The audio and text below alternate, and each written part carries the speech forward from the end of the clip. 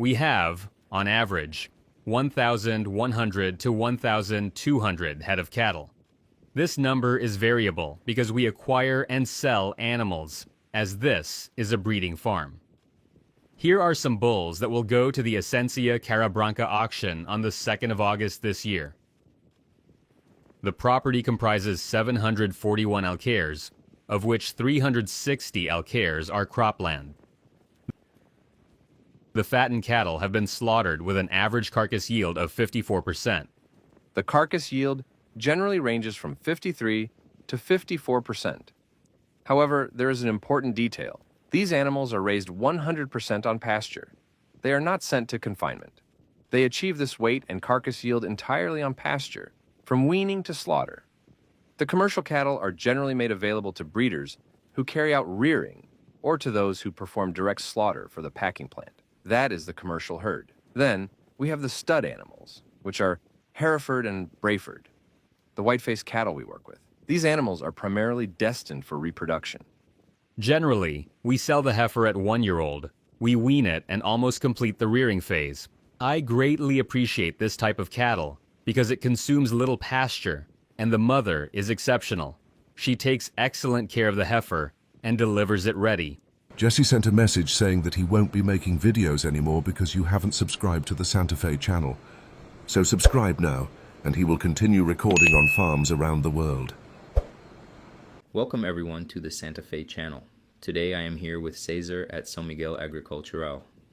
We come from a beef cattle farm which handles around 1,200 animals per year of Hereford, Braford, and Brangus breeds. In this video, you will see many tips regarding agriculture and livestock, all the experiences of Cesar and his farm manager. I hope you enjoy this video. Welcome to our channel, subscribe, and leave a like on our video. Good morning. My name is Cesar. We are from São Miguel Agricultural. We work in agriculture and livestock. In the livestock segment, we handle commercial Hereford and Braford cattle. In the genetics segment, we work with Hereford, Braford, and Brangus. The property comprises 741 alcares, of which 360 alcares are cropland. These croplands include some leased areas. In the livestock sector, we maintain an average of 1,100 to 1,200 head of cattle, including both commercial and purebred animals. In the croplands, we employ crop livestock integration, where, in the winter, after removing the summer crops, we sow 70% of the area with oat and ryegrass, and the other 30% with wheat and oat seed production. We maintain an average of 1,100 to 1,200 head of cattle. This number is variable, as we acquire and sell animals, being a breeding farm. Thus, it is a fluctuating population. Among these, approximately 150 are purebred animals of the Hereford, Braford, and Brangus breeds. The remainder are commercial animals. We focus on selling heifers for rearing. In the past 3 years, we have also started fattening. We are finishing these cattle on oat and later supplementing with silage. Finally, we are using high grain to complete the fattening process. High grain is a tool that has helped us sell the cattle at a better time. Typically, people remove cattle from oat between September and October. Therefore, there is a significant supply of finished animals at that time. With high grain, we can delay this sale. Thus, we keep the animals longer on the farm, selling them in a period of lower animal supply. Additionally, the high grain improves carcass yield by producing an animal with lower rumen volume and better carcass finish. This is the livestock shed. Here we have the tool areas used in daily operations. We also have a leisure area for the staff. Sometimes we hold get-togethers with the team. Here we have the veterinary pharmacy. This is a veterinary pharmacy. It contains all the medications, ear tags, bathing products, and vaccines. We also use this area to store some tools and the employees' personal protective equipment, PPE.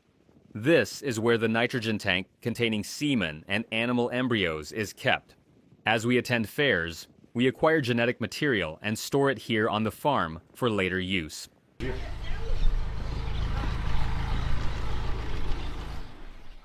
Let us head over to that section. Let us move on to the cattle handling area, Mangera. Today, the team is working with the Angus cattle on the registration process. This is the section used for handling the animals. Here, there is also a schedule board for the cattle by paddock and for the cow herd management. They monitor operations here as the cattle are moved, so the team can keep track. When the cattle are shifted to a new paddock, the board is updated accordingly.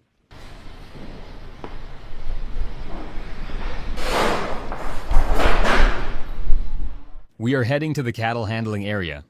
We are working with the Brangus cattle. Over there is Guilherme with more staff, along with Copetti, who handles the registration and documentation for the Brangus breed. My name is Luis Copetti. I am a technician with the Brazilian Brangus Association. He called me here to confirm the registration of cattle he acquired from another producer. The producer sold them to him with provisional registration. Once the animal reaches around 15 months of age, it becomes eligible to receive definitive registration, provided there are no disqualifying traits such as white spots, horns, crooked legs, or poor development. If disqualified, we cancel the animal's registration. I already inspected the animals behind them earlier when I arrived.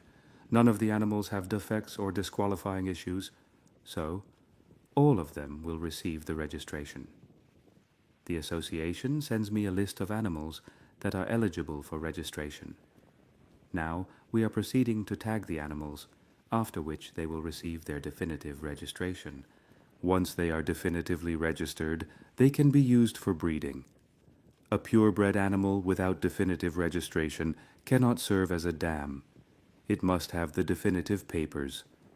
From now on, they will proceed to inseminate and incorporate these animals into their herd. Let us go in. A lot of females has been set aside, including Braford and Brangus. Here, we have some Brangus that are part of a partnership with another producer. We rotate them based on pasture availability, moving them from paddock to paddock. Here is a Tifton pasture. This is first-year Tifton, which will complete 1 year in May. And here is a section with 2-year-old Tifton. I will go down there. Take a look. Down there is an area where we make silage. I have 2 types of silage, trench silo silage and bagged silage. However, this is emergency silage, as I previously mentioned. It is used during the forage gap period. We generally do not fatten cattle using silage. We wean the commercial cattle at around 8 months of age. Part of this group is finished on the farm, where we rear replacement heifers for the herd. The calves we retain are weaned at 8 months, reared and finished on oat pasture. We slaughter them in September or October, already heavy. Finished steers ready for slaughter, averaging 550 kilograms. And in the purebred herd, Cesar works with the Hereford, Braford, and Brangus breeds. We sell breeding females, hold an annual auction, and also sell bulls for general cattle herds. The bulls are generally sold at 2 to 2.5 years old, up to 3 years. The females are sold at roughly the same age category, from 2 to 2.5 years, and they are usually already pregnant. We also work with IVF and embryo transfer. Just to show a bit, this is a silage area. What we make here is trench silo silage. We usually process 3 alcares per year. This year, it was a little over 2 alcares. We consistently produce 200 to 300 tons of silage every year. Part of it goes into trench silos, and part we are now bagging to improve handling efficiency. This makes it easier to transport from one location to another. Any tractor can handle it. It has worked very well. This is actually the first year we are doing this, so we will test how it performs. The central feed bunk is typically where we provide the silage with supplementation. The cattle kept closer to the headquarters are fed here. We also keep part of the pre-dried forage here to make it more readily available for use with the herd, which improves distribution across the farm. We will later look at the location where most of the pre-dried forage bales are kept. Regarding the steers, the fattened cattle we have been slaughtering show an average carcass yield of 54%. The cull females, meaning those not pregnant that year, are finished as well. Sometimes they are already fat, and then they also go to slaughter. The females yield between 48 and 49% carcass. With high grain finishing, we have reached up to 55% carcass yield. In fact, with high grain, even up to 55%. In the recent batch, we left them for 45 days, not even 2 months. But I believe that if they stay for a full 2 months, the yield could exceed 55%. We also raise a small number of sheep here. Part of the sheep is for on-farm consumption, but we also sell the surplus locally. However, it is a smaller scale enterprise on the farm. What is their breed? Here we have Texel, which is a very good meat breed. Texel meat is appreciated even by people who are not fond of lamb, as it does not have the strong flavor that many other breeds tend to have. Here are some of the bulls that will go to the Essencia Carabranca auction on the 2nd of August this year. We start preparing the animals here, in an area closer to the house, to facilitate handling. Afterward, they will be sent to the auction. We hold 1 bull auction per year. This upcoming auction will be virtual. We follow it at the Pampa Remate Studio. Matthias is responsible for filming and recording the animals. On the event day, we go to the Pampa Studio, where the auction is conducted. It has been nearly 3 years since we launched our first auction. It was actually the people from Pampa Remats who initially reached out to Guilherme. We were already considering doing more in the future. So, the Pampa team and Luis Roberto contacted Guilherme, who relayed the idea to me. I was very, very pleased because we had been thinking about participating in an auction.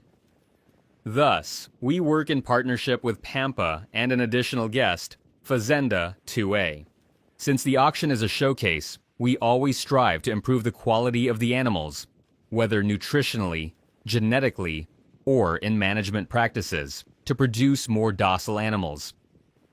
Through the auction, we aim to enhance all these qualities, as the auction serves as a showcase for the entire farm. While we also produce commercial cattle, the auction provides greater prominence to the farm, and it is essential to focus on producing high-quality animals. What is not good does not go to the auction. Here are the males, right? The females, Hereford and Braford, which you just saw, they are also females destined for the auction. Those you just filmed are the females that will go to auction. A selection will be made. Not all of them will go, but a large portion will be auctioned. Where we are now used to be a soybean area. After harvesting, in the winter, we introduce oat. In some areas, we also introduce ryegrass. And in some years, we make a mixture of oat with ryegrass. In the areas we dedicate to ryegrass, we use the Camaro ryegrass, which has a longer cycle. Camaro provides nearly 7 months of grazing.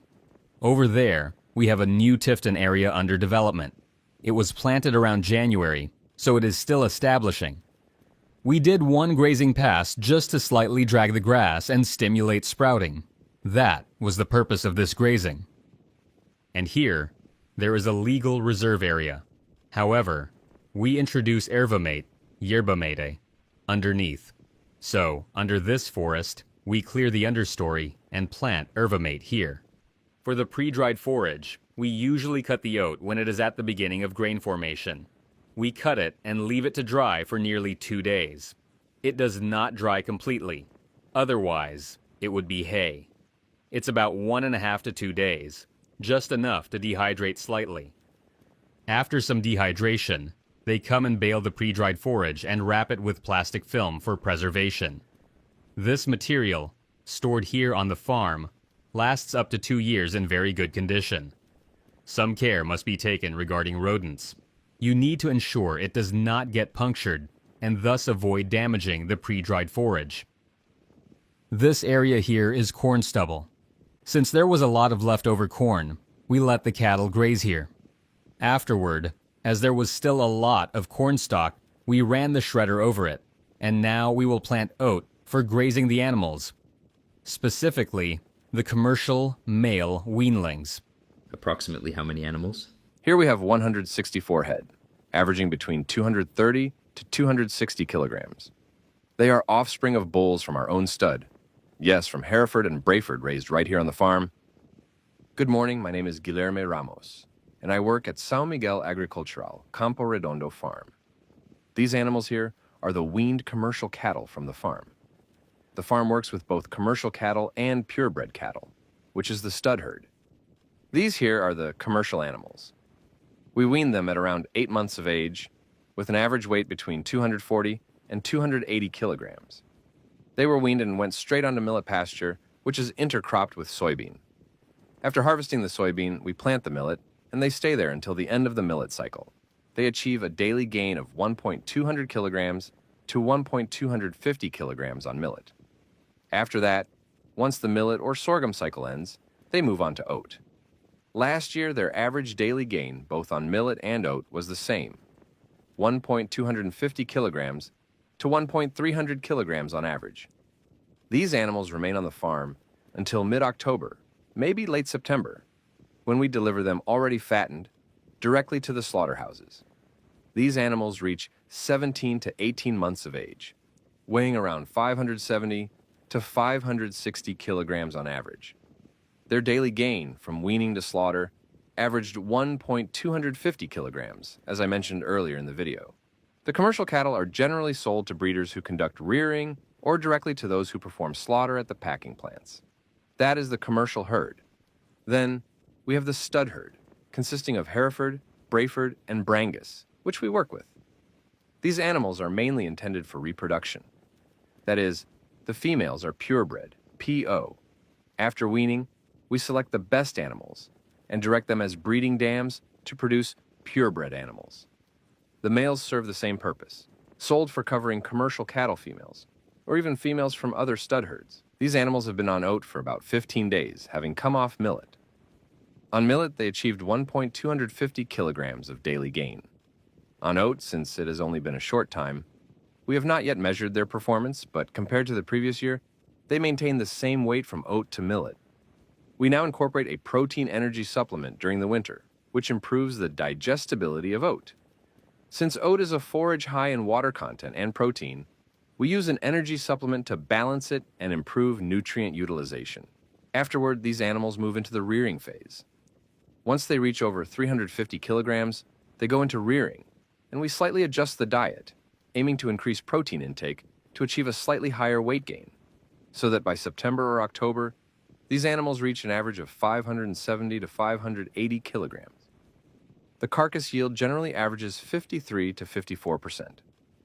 However, an important detail is that these animals are raised 100% on pasture. They do not go into confinement. They achieve this weight and carcass yield entirely on pasture, from weaning to slaughter. Here we have a millet area. This millet was sown when the soybean reached about 30 to 40%, let's say 50%, leaf drop. We broadcast the seed using a sprayer, a self-propelled machine equipped with a seed box, and the air system distributes the seed through the booms. So, when you go and harvest the soybean, after another 20 to 30 days, the pasture is ready. This is the Santa Fe intercropping system. There are several ways to implement it. You can plant the pasture using a planter beforehand, and then plant the corn over it. Or, you can buy a third box for the planter and simultaneously sow the pasture seed while planting the corn. Next, here is a brachiaria area, specifically Brachiaria ruziziensis. Afterward, you perform herbicide control to prevent it from smothering the corn. Once the corn is ahead, there's no longer any concern, and after you harvest the corn, about 30 days later, the brachiaria comes up and you can graze the cattle on it. This is a very good system for the soil because the soil remains protected at all times. Even between the corn rows, you notice good vegetation. Rain can fall without water runoff, and afterward, there remains a cover layer that lasts long after the corn harvest. Until frost arrives, this pasture will persist. What is the corn harvest height? Here, we harvest the corn as grain. So, once the corn is mature and ready, we perform a normal grain harvest. Of course, if you use this system for silage, it works even better. When you harvest the grain, the corn stover remains on top, which slightly hinders brachiaria growth. It will take about 25 to 30 days before grazing. I initially thought the coverage wouldn't be as good, but it turned out to cover well. This system is excellent. It's our first year implementing it on the farm, and I am very pleased with it. This was an area of corn, totaling 23 alcares. We removed a little over 2 alcares to make silage. Since the area would otherwise sit idle, we planted beans. Today, those beans will be harvested, and the area will be closed off. We will also take advantage of the area where the corn grain was harvested, as there was some seed drop that led to reseeding, and we will use it for grazing cattle. We will close it off within 2 days to allow cattle into that area. Here on the farm, we also look for additional feeds besides pasture. We aim to make corn silage, or pre-dried forage. In this particular case today, we have pre-dried oat forage. But we also produce pre-dried ryegrass, and if desired, we could make it from millet, sorghum, tifton, or any grass species you can imagine. We produce it in winter when we have the greatest forage availability. These here are oat pre-dried bales. The average yield is 30 to 35 bales per alcare. For ryegrass, it's around 18 to 21 bales per alcare as well. We use this as a backup feed during summer or even now if an early frost hits. We use the bales to supplement the animals on pasture. We also have another farm, which we lease in Coronel Vivida, where we have no winter pasture. There, it is exclusively summer pasture, only brachiaria, armatria, and tifton. So, about 60 days before winter starts, we bring in the pre-dried forage bales to preserve the available fiber and ensure the animals don't suffer too much. We start feeding them 60 days ahead of winter to ensure they enter the cold season, well prepared and resilient to the cold. Here we have a lot of white-faced cows, zebu cattle. There's a mix of Nilor and Tabapois. I really like this type of cattle because they consume little pasture, and the mothers are exceptional. They take excellent care of their heifers and deliver them well prepared. These animals also require less ectoparasite treatment, such as baths, because they have fine coats. Generally, they have fewer problems with warble flies or ticks compared to other breeds. They also cross very well. If you breed them with a Hereford or another pure breed, or an Angus, their F1 crossbred calves sell very well. There is always strong demand, so it is a type of cattle I appreciate. Here on the farm, we have 2 lots of zebu cows, Nelore and Tabapois, and we use Hereford or Angus bulls on them. From this crossbreeding, you get a steer that, once finished, depending on the type of pasture, will yield at least 53% carcass. In some cases, it reaches 53 to 54%, and if sent to confinement, it exceeds 55%.